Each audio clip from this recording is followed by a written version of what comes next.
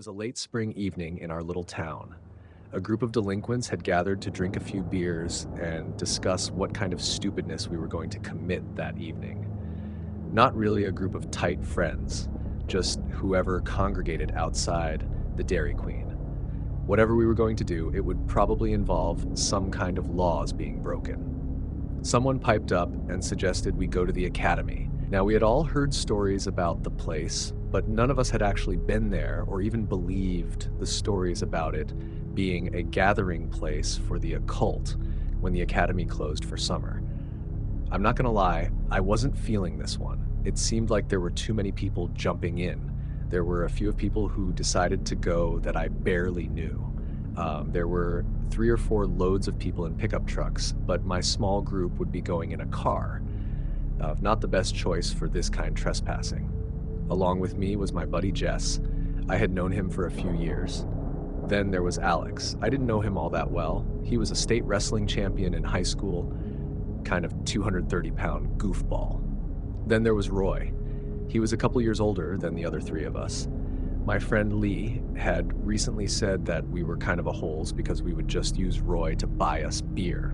I mean, I always assumed Roy had a life and wouldn't want to hang out with us. Well, unfortunately for him, he decided to that night. We arrived at the entrance of the academy.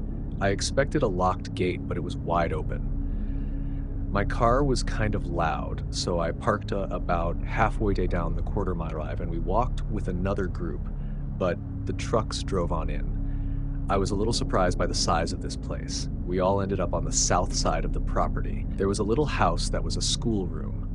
Nothing was locked. We just walked on in. The place looked like it was frozen in time, like something that hadn't been used in 20 years. This was the only building we entered. Now, we may have been doing some illegal stuff, but we had no intention of vandalizing anything. We walked out and headed up one of the roads toward another building. Another group went another way. Picture a couple small pickups and others walking with the trucks. I didn't like the idea of them driving in there like that. Vehicles tend to make way too much noise, but there were some girls who didn't want to walk. As we walked towards the second building, my thoughts were, I've seen enough. Let's go. These idiots in the trucks are going to get us in trouble. I told Roy and Alex we were going. Jess had split off and gone with the other group. As we walked on the path, I see one of the trucks flying down towards us. They slide to a stop and tell us we need to go. They saw people through a window on the north end. They were all wearing robes in a candlelit building, and they had been spotted. You know how people act when they are genuinely scared. They sped off, and the second truck came flying by, yelling for us to get out. They didn't even bother to slow down. You had people in the backs of the trucks bouncing around the bumpy paths. After a moment of panic of what to do, we started running. But then we heard the voices coming towards us. At that point, they were far enough away that you couldn't make out what they sang. Then, I could hear an ATV coming. We were cut off. We were in a wooded area about 400 feet long between 2 paths that merged together on both ends. The others had escaped out of a back way on the south end, but my car was parked off the side of the main entrance. It didn't matter. They were closing in too quickly. We laid down in the woods, not even 15 feet from one of the paths, hoping we can find a way out. I can hear 2 people walk right past us on the path. They're not speaking. I don't even know what time it is, but probably about 10:30 p.m. on a moonless night. It's dark, so dark that you can't even see the other 2 laying right beside you. I figured if they went towards the back exit, maybe we had a chance to go towards the car. But then I thought, the cops are probably on their way. Then we hear the dogs. This is bad. Keep in mind, this is a time before zones. We are completely cut off unless we can get to the car. But what if they have already spotted the car? We're screwed. As the dogs get closer, I whisper to the others to cover themselves in leaves. The leaves were thick, plenty thick to hide completely. This is when Alex begins crying, the state wrestling champ. I'm telling the guy to just be quiet, but he just keeps whimpering about us going to jail. By then, it's pretty clear they're not calling the police. They intend to deal with us on their own. I asked Alex if he wanted to die, because that's what will probably happen if they find us. We finally get him under control. We just lay, covered in leaves. Did I mention the ants? Minutes turn into an hour. Every time it seems they're gone, you hear them or the dogs. Then I hear my car start. I left the keys in it so I wouldn't lose them. They got my car, but then I hear it leaving, not coming towards us. Then I can hear it going through the gears on the highway. WEA. Now I had no idea how we were going to get out. The patrol didn't stop either. Every few minutes, a truck, an ATV, or people walking with the dogs. The dogs got so close once I thought one was going to step right on us. At what I think was about 2 a.m., I think to myself, if the sun comes up, we're in trouble. The cover of darkness is our only hope. But how do you silently get 3 people out? The crunching of leaves alone would alert the dogs at least. Then I don't even know where the hell we really are in relation to the entrance and exit. This place is a lot of acres in a pretty secluded area. A couple more hours rolls by. I consider running alone. I know Roy would follow. Alex would get caught. I couldn't do that to him, but I know it won't be long before the sky becomes lighter. A few minutes later, a light rain begins to fall. This is what we need. The rain will mask the sound of the leaves crunching. I whispered to Roy that it was time. He relayed the message to Alex. It felt good to finally stand up after hours. I looked carefully to make sure there was no one close by, at least for that moment. We'd have to walk the path towards south at least 1,000 feet before there was any more cover. We slowly step out on the path and start walking at a brisk pace. Alex wants to talk. We keep having to tell him to be quiet. About halfway down the path to next cover, I see headlights. Oh, shh. We hit the deck in the grass beside the path. It's a small car. It turns away from us, then starts backing down the path.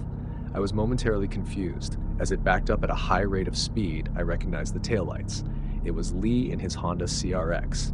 I yelled, "Lee!" He popped the hatch open and yelled back, "Hurry, get in!" The 3 of us sprinted down that path. I could hear the dogs again, then headlights behind us.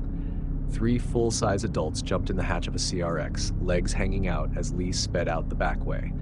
I couldn't believe it. It was so close to dawn. Once we were well clear of the academy, we got out of the car. I'm like, "How did you know? How did you find us?" He thought he had seen my car driving through town late.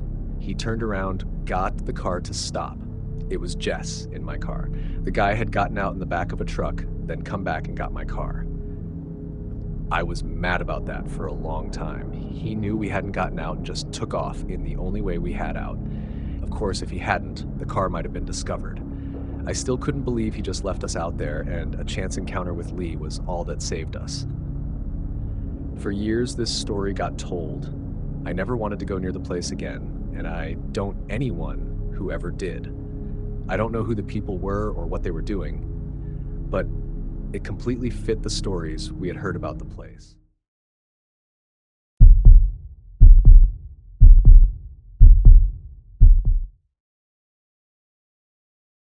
I am now 21, have been born and raised in the U.S. state of Maine my entire life.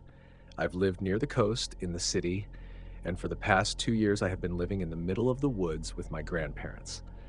A very desolate spot between 2 semi-populated towns in central Maine with little to no neighbors. It is undeniably beautiful. I have been coming to this exact house since I was born and have always noticed something off about the woods. Never felt a feeling of danger, just that I was being observed. Over the years, I had grown accustomed to it and forgot about it after I had moved during the pandemic. But now it's back. I noticed it during my first night sleeping here. Stacks of boxes still in my new room and shitty curtains hung on the wall haphazardly to ensure a sense of security. At 4:32 a.m., I woke up to what I thought was a radio, right outside my door. The house had an old integrated radio speaker system wired into every room of the house, but it had not been connected for 2 decades. As I thought about those radios, I kept listening to what was playing. A genre of music I had never heard sung in a language that I didn't recognize. I had always heard tales of Wendigo and skinwalkers here in Maine, and the newly released, at the time, Mandala catalog YouTube horror series wasn't helping the paranoia. I kept listening. At exactly 5:30 a.m., the noises stopped and the sun rose. I had never felt so scared in that house prior to that moment. Several months pass, and my grandfather gets sent to a veteran's home due to his worsening condition. So now it is just myself and my grandmother. My grandfather would sometimes mention and how he hears music and a language he didn't understand, but I just associated that with his dementia. My grandmother would hear it too, but I just didn't think much of it. After some time, it was October of 2024. No major activity that disturbed/spooked myself or my grandmother, and all was relatively going well. I had been going on walks down the main road at any time of day and was feeling safe in my environment. Late October, it started to get colder, darker, and overall more desolate. I had seen some deer staring at me in my front yard, but looking back on it, I'm not exactly sure what those 6 pairs of glowing white dots were. They were too high off the ground to be deer. I went out and measured relative to the tree they were near and got around 11 feet. The snow kept falling over the coming weeks, the forest got quieter, and the days got shorter. I had heavy night owl tendencies due to my night shifts I used to work, so I would go to bed anywhere from 4 a.m. to 7 a.m. Around mid-November is when the noises started. Light scratching on the siding of the house, and slower thumping of heavy rhythmic footsteps outside. The tracks looked bipedal with a wide berth. I know bear, moose, deer, and human tracks well. This didn't look like any of those. I would mention it to neighbors and they would just ask me to not talk about it. All they would say was, "Be careful." Keep in mind, these people had been living here longer than I've been alive. I started doing research and found that the town sat upon old Penobscot tribal land and was a common place for rituals and burials to be held. The sounds got louder and more invasive. The scratching became more of a carving motion, and the slow steps turned to a heavy and agile run. It was angry.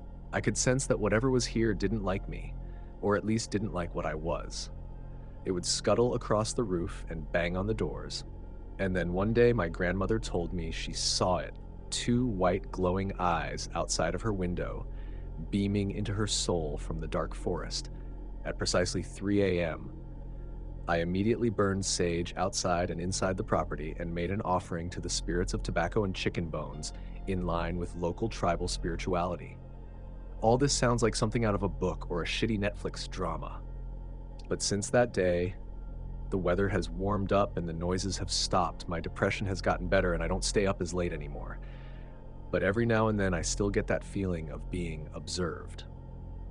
And last night as I passed by my old room across the hall to go to bed, I saw something big dash outside the window, shortly after we got a winter weather advisory, as the snow